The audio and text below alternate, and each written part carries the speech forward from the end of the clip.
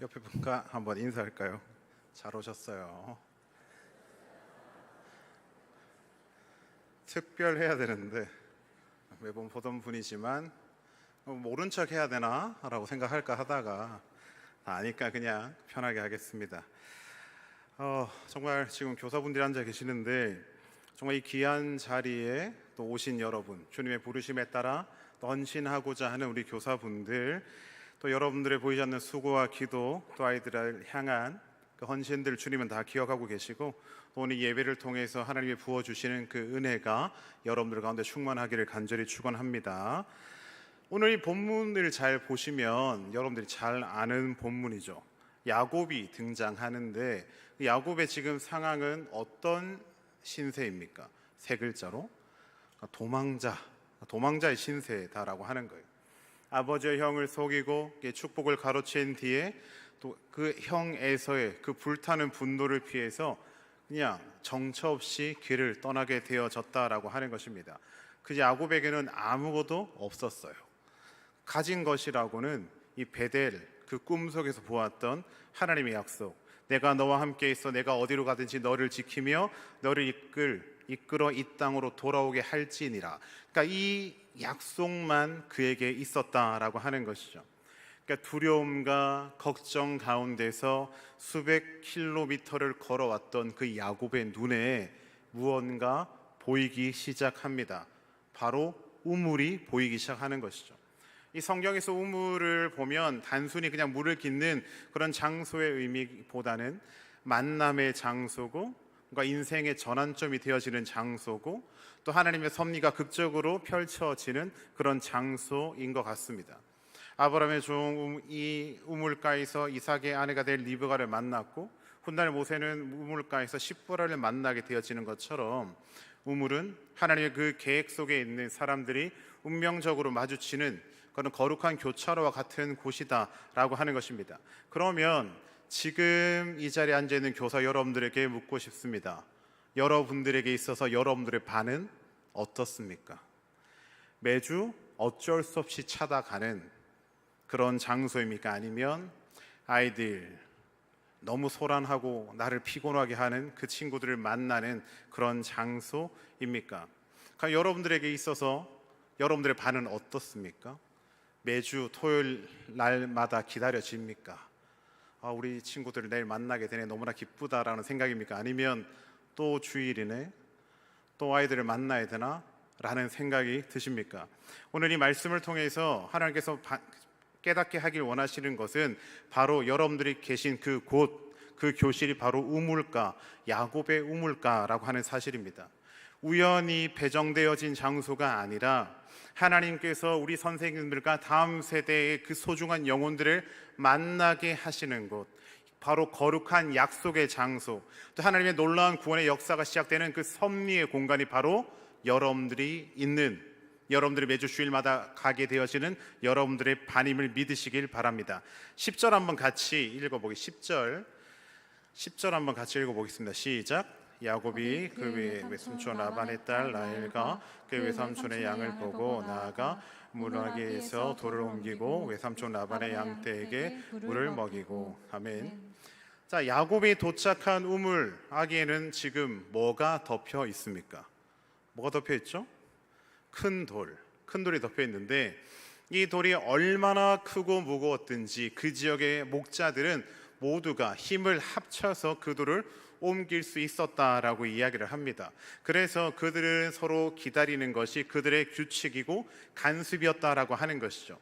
그들은 할 수 없었기 때문에 그 규칙에 묶여서 수동적으로 기다리고 있었다라고 하는 것입니다. 그런데 지금 야곱이 도착했던 그때에 누가 양떼를 몰고 옵니까? 라헬이 양떼를 몰고 옵니다. 이때 그 모습을 본 야곱은 어떤 행동을 합니까? 망설이지 않았어요. 다른 목자들에게 함께 옮기자라고 말하지도 않았습니다. 지금 어떻게 합니까? 그 즉시 나아가서 혼자의 힘으로 그 거대한 돌을 어떻게 합니까? 굴려내 버린다라고 하는 것이죠. 상식적으로는 말이 안 되는 그런 일인데 갑자기 폭발적인 힘이 어디서 나왔을까라는 그런 궁금증도 들지만, 무엇이 연약한 그 나그네였던 야곱에게 이런 초인적인 힘을 주었을까요? 무엇 때문에 야곱이 갑자기 그 초인적인 힘을 가지고 그 돌을 이렇게 밀어냈을까라고 하는 거예요. 성경에 그 이유가 나오는데요. 바로 뭡니까? 라헬을 보고 난 후였어요. 라헬을 보고 난 후에 정말 첫눈에 반한 그 사랑, 정말 그 사랑의 마음이 타오르기 시작한 그에게 정말 불가능할 것 같았던 그 돌을 옮기는 힘이 갑자기 생겼던 것입니다. 그러면 사랑하는 우리 교사 여러분, 여러분의 그 사역 가운데서도 이와 같은 큰 돌이 가로막고 있지는 않습니까? 우리가 만난 그 아이들, 지금 요즘 시대의 아이들은 디지털에 너무나 많이 노출되어진 시대죠. 어릴 때부터 어떻게 자라왔습니까? 스마트폰과 같이 살아났습니다. 인터넷과 뭔가 디지털 기기가 너무나 자연스럽게 같이 함께 했던 그런 환경에서 자란 아이들이다라고 하는 거죠. 그래서 온라인과 오프라인 그런 경계들도 모호하다라고 하는 거예요. 과거 야곱이 라헬을 만나서 처음 만났을 때 문화적이나 언어적인 차이를 극복해야 했듯이 오늘 교사들도 어떻습니까? 역시 세대 간의 그런 디지털 격차라고 할게요. 이런 격차들을 어떻게 해야 됩니까? 이 디지털 격차라는 그 큰 돌이 여러분들과 아이들 사이를 가로막고 있다라고 하는 거예요. 우리 아이들은 어떻습니까? 뭔가 빠른 반응들을 요구하고 있습니다. 뭔가 바로바로 되어야 된다라고 하는 거예요. 또 시각적인 걸 좋아하고요. 뭔가 상호작용적인 그런 콘텐츠들을 선호한다라고 하는 것입니다. 우리의 힘과 지혜로는 도저히 옮길 수 없는 거대한 돌들이다라고 하는 것이죠. 또 코로나19라는 그 시대를 겪고 나서는 어떻습니까? 교육계는 정말 전례 없는 그런 변화를 겪게 되어졌죠. 학교 수업은 어디서 해야 됐습니까? 학교에서만 해야 됐는데 코로나19가 오면서 학교 수업은 어디서 할 수 있게 되어졌습니까? 그러니까 집에서 할 수 있게 되어졌다라고 하는 거예요. 예배도 마찬가지잖아요. 여러분들 주일날 늘 항상 어디에 있어야 됐습니까? 교회에 있어야 됐는데 코로나19 이후로 해서 갑자기 우리는 어디서 또 예배를 드릴 수 있게 되어졌습니까? 집에서, 안방에서 옷 하나 걸치지 않고 편하게 뭔가 이렇게 정말 누워서 예배 드리기도 하고 이런 시대가 되어졌다라고 하는 거예요. 코로나19는 잠잠해졌지만 여전히 지금도 이 집에서 예배 드리는 아이들이 많아요. 옛날엔 교회 안 오면 왜 교회 안 오냐고 했지만 요즘에 아이들한테 말하면 뭐라고 합니까? 왜 교회 안 하면 집에서 예배 드리는데요? 라고 이야기를 해요. 정말 이렇게 뭔가 이 온라인으로 뭔가 환경들이 바뀌어갔다라고 하는 거예요. 그냥 일시적인 변화가 아니라 정말 이런 교육의 패러다임이 변화하기 시작했다라고 하는 것이죠. 우리 주일학교도 마찬가지지 않습니까? 온라인 예배, 뭔가 가상현실을 통한 그런 교육들, 새로운 교육 방식들이 계속해서 우리 가운데 들어오고 있다라고 하는 것입니다. 갑자기 우리 교사들은 어떻습니까? 그냥 단순히 아이들을 앉혀놓고 가르치는 그 학습자에서 뭔가 디지털을 잘 다뤄야 하는 그런 디지털 교육자가 되어져야 됐다라고 하는 것이죠. 그러면 정말 이 야곱이 돌을 옮겼을 때 무엇 때문에 옮겼을까요? 사랑이라고 하는 그 두 글자의 힘으로 옮겼다면 우리도 야곱에게서 그 답을 찾는다면 아이들과 여러분들을 가로막고 있는 그 큰 돌을 걷어낼 수 있는 것이 과연 무엇일까요? 그런 기술이 아니라 그 아이들을 향한 사랑이다라고 하는 것입니다. 정말 나에게 맡겨진 아이들을 사랑하는 마음을 가지고 나아가야 된다라고 하는 것이죠. 요즘에 챗GPT 써보신 분 계십니까? 저희 아버지가 챗GPT를 너무 좋아하신다고. 저희 아들이 아빠, 할아버지는 요즘 챗GPT에 빠져있다. 예전엔 궁금하면 나한테 물었는데 이제는 알아서 다 찾으신다라고 이야기를 하더라고요. 이런 것들을 너무 편하죠. 단순히 편리함을 추구하는 것이 아니라 각 아이들의 개별적인 특성과 뭔가 학습 수준의 그런 능력, 그러니까 맞춤 교육을 제공하려는 그 사랑의 마음이 먼저 우리 가운데 있어야 된다라고 하는 것입니다. AI들은요 그냥 도구일 뿐이다라고 하는 거예요. 근데 그 도구를 사용하는 교사들의 마음, 정말 진정으로 그들을 사랑함으로 말미암아서 그들이 변화되어지기를 바라는 그 마음이 우리 교사들 가운데 있어야 된다라고 하는 것입니다. 정말 이것은 하늘로부터 부어지는 아가페의 사랑이다라고 하는 것이죠. 나를 위해서 십자가에 죽으시고 무덤에 가장 큰 돌을 옮기신 그 예수 그리스도의 사랑이 우리를 통해 흘러 넘쳐가는 것임을 믿으시길 바랍니다. 그러면 우리가 이 아이들을 내 사랑이 아닌 그리스도의 사랑으로 섬기기 시작할 때 우리에게는 어떻습니까? 이성과 의무감을 뛰어넘을 수 있는 힘이 생기게 되어진다라고 하는 것입니다. 그럼 영적인 무관심을 돌을 끈질기게 두드리게 해서 결국은 우리로 하여금 그 돌을 딛고 일어설 수 있는 능력을 하나님께서 우리 가운데 허락하여 주실 줄 믿습니다. 자, 11절 같이 한번 11절에 보면 그가 라헬에게 입맞추어 소리내어 울며라고 이야기를 합니다. 그러니까 야곱은 왜 울었을까요? 야곱은 왜 울었습니까? 이 눈물은 그냥 자기 연민 그 정도의 눈물이 아닌 것 같습니다. 어떤 감정들이 있었을까요? 감사의 눈물이지 않았을까요? 형을 피해서 아무것도 없이 떠나온 그 외롭고 위험한 그 여정, 그 순간순간에 하나님께서 약속한 대로 함께 하겠다고 지켜주시겠다라고 했던 그 약속에 대한 감사의 눈물이었다라고 하는 것입니다. 드디어 내가 목적지에 도착했구나라는 그런 안도감, 그리고 그 모든 것이 하나님의 그 신실하심, 그 인도하심이 있었다라는 사실을 깨닫는 그 순간 그의 눈에서 뜨거운 눈물이 터져 나왔던 것입니다. 그리고 기쁨의 눈물 아니었겠습니까? 낯선 땅에서 마침내 자신의 혈육, 자신의 뼈 중에 뼈요 살 중에 살을 그 만났다는 그 기쁨, 그리고 하나님께서 예비하신 그 사랑을 만났기 때문에 그 감격의 눈물이 야곱에게 있었다라고 하는 것이죠. 하나님의 그 신실하심을 온몸으로 경험했기 때문에, 하나님의 그 신실하심을 그는 확실하게 깨달았기 때문에 눈물이 날 수밖에 없었다라고 하는 것이죠. 그렇다면 우리 교사 여러분들은 어떻습니까? 그런 거룩한 눈물이 있습니까? 때로 상처받고 방황하는 한 아이를 위해서, 정말 교회에 나오지 않는 그 아이를 위해서 그 골방에 가셔서 아니면 교회 성전에 앉으셔서 정말 눈물을 흘려 보신 적 있으십니까? 예수님께서 예루살렘을 보며 우셨던 그 모습처럼 한 영혼을 가슴에 품고 씨름하며 흘리셨던 그 눈물이 땅에 떨어지는 보석과 같지 않습니까? 그렇게 내가 기도할 때, 내가 그 아이들을 위해서 기도하며 나아갈 때 그 아이들이 교회로 돌아오게 되어지고 믿음이 생겨나게 되어지고 하나님 앞에 바로 서게 되어질 때 그 은혜가 깨달아지면 어떻습니까?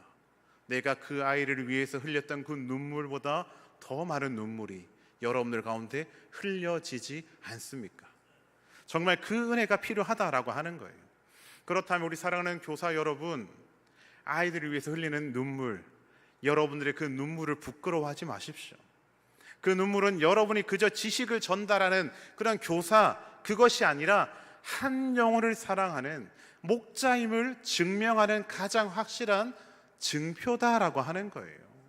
교세의 눈물이 사역 가운데 얼마나 여러분들이 진실하게 사역하고 있는지를 보여주는 증거라면 여러분들 어떻게 해야 됩니까? 열심히 우셔야 됩니다. 사랑하는 아이들이 예수님을 떠나 있을 때, 교회 나오지 않을 때 여러분들 마음이 어떠세요? 좋으세요? 나를 속썩이는 아이가 드디어 안 나오네, 이런 마음이세요? 아니면 그 영혼이 너무나 안타깝습니까?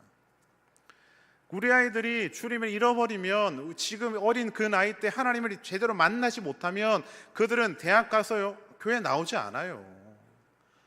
그 아이들이 정말 그 영적인 방황 시기를 여러분들이 계속 지켜보시겠습니까?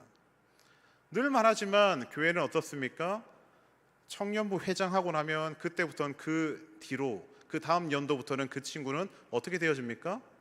신기하게 사라져요.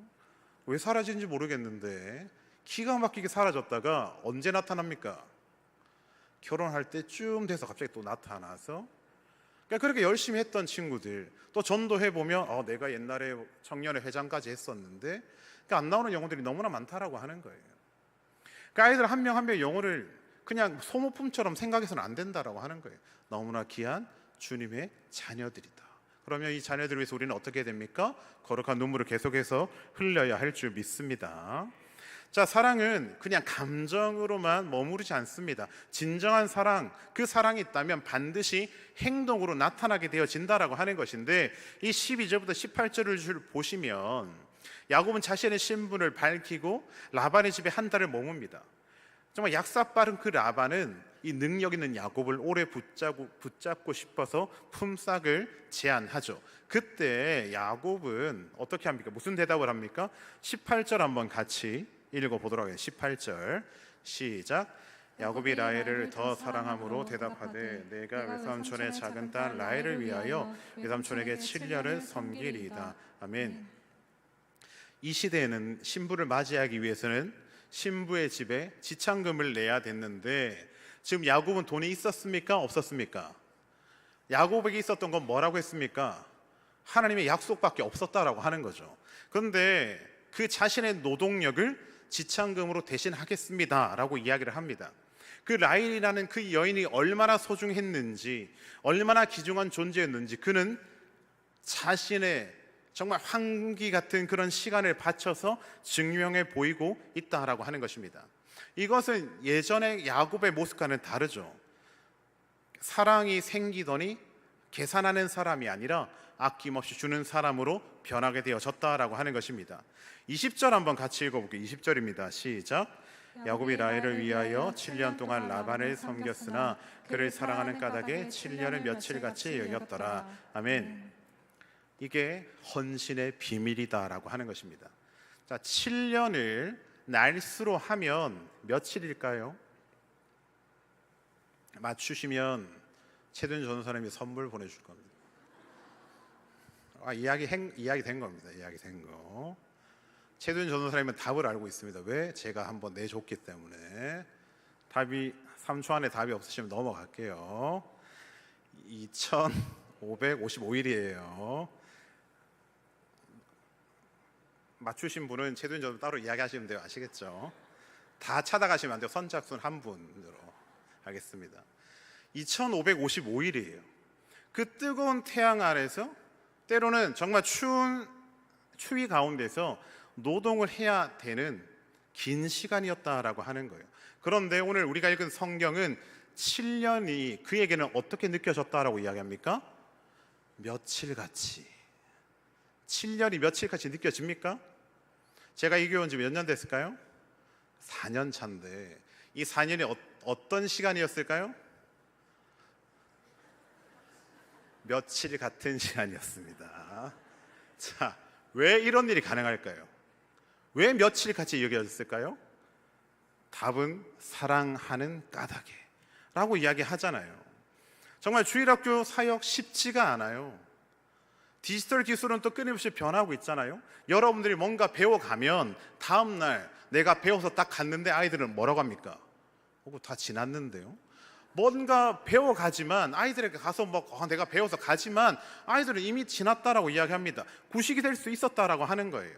야곱이 정말 7년 동안 변함없는 사랑으로 섬겼듯이 우리 선생님들도 어떻습니까? 계속해서 뭔가 공부를 하셔야 돼요. 계속 학습을 통해서 아이들을 섬겨야 된다라고 하는 거예요. 토요일 밤에 단잠을 줄여가면서 공과를 준비하셔야 되고, 주일 아침에 정말 분주하게 달려와서 아이들을 맞이해야 된다라고 하는 겁니다. 때로는 여러분들의 그 시간과 에너지, 물질과 감정을 쏟아 부어야 된다라고 하는 거예요. 그때 이 모든 것을 하는데 내가 의무감으로, 책임감으로만 감당하려고 한다면 우리는 얼마 가지 못해서 어떻게 되어집니까? 쓰러진다라고 하는 것입니다. 교육자들이 여름 수련회가 끝나면 어떤 마음일까요? 아까 어느 부서가 끝났잖아요. 그 부서 사역자님, 저는 끝났어요 라고 막 엄청 좋아하시더라고요. 그리고 또 옆에 있던 사역자는 뭐라고 했을까요? 나는 아직 남았는데. 그럼 저는 뭐라고 했을까요? 나는 없는데. 이렇게. 나는 없는데 라고 했지만, 담임 목사님도 계속해서 기도하시지만 끝날 때까지 긴장을 놓을 수는 없는 것 같아요. 왜? 다치면 안 되고 안전사고가 없어야 되기 때문에 같이 기도하는 겁니다. 우리 교사들뿐만이 아니라 우리 성도님들도 같이 책임을 져주셔야 된다라고 하는 거예요. 무엇에 대해서요? 우리 아이들의 다음 세대 그 신앙을 위해서 우리 성도님들도 같이 기도하셔야 될 줄 믿습니다. 정말 7년이라는 시간이 너무나 길고 고통스러운 시간이었을지도 모르지만 이것이 무엇 때문에 헌신이 가능했다라고 하는 것입니까? 무엇이 우리로 하여금 뭔가 수고를 이 기쁨으로 바꾸게 해 주십니까? 바로 야곱이 라헬을 사랑했던 그 사랑, 바로 정말 우리 주 예수 그리스도를 향한 그 사랑이 우리 교사들의 마음을 지배하기 시작할 때 그 일은 분명히 가능할 줄 믿습니다. 주님을 사랑하시고 주님께서 맡겨주신 그 영혼들을 정말 주님의 사랑으로 사랑하기 시작할 때 우리의 그 7년의 수고는 어떻게 느껴질까요? 며칠 같은 기쁨의 헌신으로 여러분들에게 돌아오게 되어질 줄 믿습니다. 그러면 우리 사랑하는 온양삼일교회 교사 여러분들에게 권면합니다. 여러분들의 그 사역을, 여러분들의 그 능력이나 열심에 두지 마십시오. 날마다 십자가 앞에 나아가십시오. 나를 위해서 모든 것을 내어주신 그 예수님의 그 사랑으로 여러분들의 심령을 채우시기를 간절히 축원합니다. 그 사랑이 넘쳐나게 되어진다면 여러분들은 지치지 않을 것입니다. 그리고 그 영혼들을 사랑하게 되어질 것입니다. 여러분들의 그 헌신이 기쁨이 되어질 것입니다. 우리 모두는 야곱처럼 연약한 자들입니다. 허물이 많고 연약한 자들이지만 그러나 하나님은 우리의 완벽함을 원하시는 게 아니다라고 하는 거예요. 정말 하나님을 향한 그 사랑을 통해서 우리의 불완전한 그 순종을 통해서 하나님의 위대한 일들을 분명히 지금도 이루어 가신다라고 하는 사실입니다. 생각해 보세요. 지금 여러분들이 기도하면서 정말 믿음으로 자란 아이들이 한 10년이 지나서 온양삼일교회에서 또 중직을 맡아서 열심히 달려가는 모습을 보일 때, 아니면 찾아와서 선생님이 저의 선생님이셨기 때문에 제가 지금 이렇게 열심으로 하나님께 나아가고 있다라는 그 고백을 들으면 여러분 기분 좋으시겠어요? 안 좋으시겠어요? 안 좋으십니까? 최근에 저는 중3 겨울방학 때 교회를 처음 갔거든요. 그때 저를 맡아주셨던 선생님이 계세요. 그 선생님이 한번 저한테 문자가 오셨습니다. 갑자기. 그래서 저한테 뭐라고 했냐면, 그분의 말이니까 내가 개떡같이 말했는데, 그러니까 집사님이 저에게 사랑으로 잘 보살펴 주셔서 제가 지금 목사를 하고 있어서 너무나 그때 감사합니다 했는데, 내가 개떡같이 말했는데 네가 찰떡같이 알아들어서 지금 이렇게 사역자가 된 건 아닐까요? 라고 이야기하시더라고요. 너무나 감사했죠. 생각해보면 그분이 있었기 때문에 제가 이 자리에 있지 않을까라는 생각이 들 정도로 저에게 많은 영향을 끼쳤던 그런 교사이시기에 너무나 늘 감사하고 있죠. 정말 그런 것처럼 정말 여러분들도 그렇지 않겠습니까? 여러분들이 눈물로 기도했던 그 아이들이 바로 세워지고 하나님 나라를 위해서 헌신하는 자들이 되어졌을 때 얼마나 기뻐하시겠습니까? 우리도 그렇게 기쁘다면 하나님은 과연 어떠실까라고 하는 거예요. 여러분들이 하나님 앞에 순종함으로 헌신함으로 변화되어지는 그 모습들을 볼 때 우리 하나님은 너무나 기뻐하지 않겠습니까? 또 우리 온 성도 여러분들에게 한 번 더 부탁드립니다. 이 교사들의 헌신은 그들만의 몫은 아니다라고 하는 것이죠. 우리 모두의 책임이다라고 하는 거예요. 우리 교사분들이 정말 그 외로운 싸움을 싸우도록 내버려 두지 마시고 그들을 위해서 격려해 주시고 기도해 주시고 필요한 것들을 많이 공급해 주시는 그 일에 동참해 주셨으면 좋겠습니다. 우리가 함께 이 거룩한 사역의 동역자가 되어져야 하지 않겠습니까? 마지막으로 우리 사랑하는 교사 여러분, 우리는 지금 새로운 형태의 우물가에 서 있다라고 하는 사실을 기억하셨으면 좋겠어요. 야곱의 시대에는 이 물리적인 우물가였다면 지금 이 시대는 분명히 디지털 공간, 그것이 바로 우물가라고 하는 거예요. 그러면 그곳에서도 하나님의 섭리가 여전히 역사하고 있다라고 하는 사실, 그곳에서도 사랑의 만남이 일어날 수 있다라고 하는 거예요. 기술이 아무리 발전한다고 해도 교육의 핵심은 여전히 뭘까요? 관계성이다라고 하는 거예요. 마음과 마음이 만나는 것, 사랑이 사랑을 낳는 것, 한 영혼을 또 다른 영혼을 품는 것, 이 디지털 도구들이 이러한 관계를 더 풍성하고 효과적으로 만들어주게 하는 하나님의 선물이 아닐까라고 생각을 합니다. 그래서 많이 공부하시고 많이 배우시고 뭔가 아이들의 그 관심사들이 무언지도 한번 좀 고민해 보셨으면 좋겠습니다. 내가 예전에 이거 했는데 라떼를 이제 잠깐만 내려놓으시고 아이들의 시선에서, 아이들의 눈에서 과연 아이들이 뭘 좋아하는지를 보시고 그래도 고민하시면서 아이들에게 다가가 주셨으면 좋겠어요. 요즘 아이들은 많이 외로워합니다. 많이 외로워해요. 예전에는 다 나가서 놀았지만 지금은 뭐 하나만 있으면 됩니까? 핸드폰 하나만 있으면 아무것도 안 해도 돼요. 가만히 하루 종일 아니면 혹은 며칠 동안 가만히 있을 수 있는데, 우리 어른들은 어떠세요? 핸드폰 하나만 딱 던져주면 여러분들 한 며칠까지 가만히 있을 수 있으세요? 한 4일 동안 가만히 있을 수 있지 않을까요? 아이, 무슨 목사님 그런 소리를. 가능할걸요? 그러니까 요즘에는 진짜 핸드폰 하나 쓰면 모든 게 다 되어지는 시대니까요. 하지만 그런 관계 속에서, 정말 그런 환경 속에서 우리는 찾아내야 된다라고 하는 거예요. 이 헌신 예배를 통해서 다시 한번 여러분들의 마음가짐을 다시 한번 다져지시길 원합니다. 우리의 아날로그적 그런 사랑과 디지털적인 도구가 만나게 되어질 때 하나님의 놀라운 역사가 이 시대의 아이들은 마음 가운데 일하게 되어질 줄 믿습니다.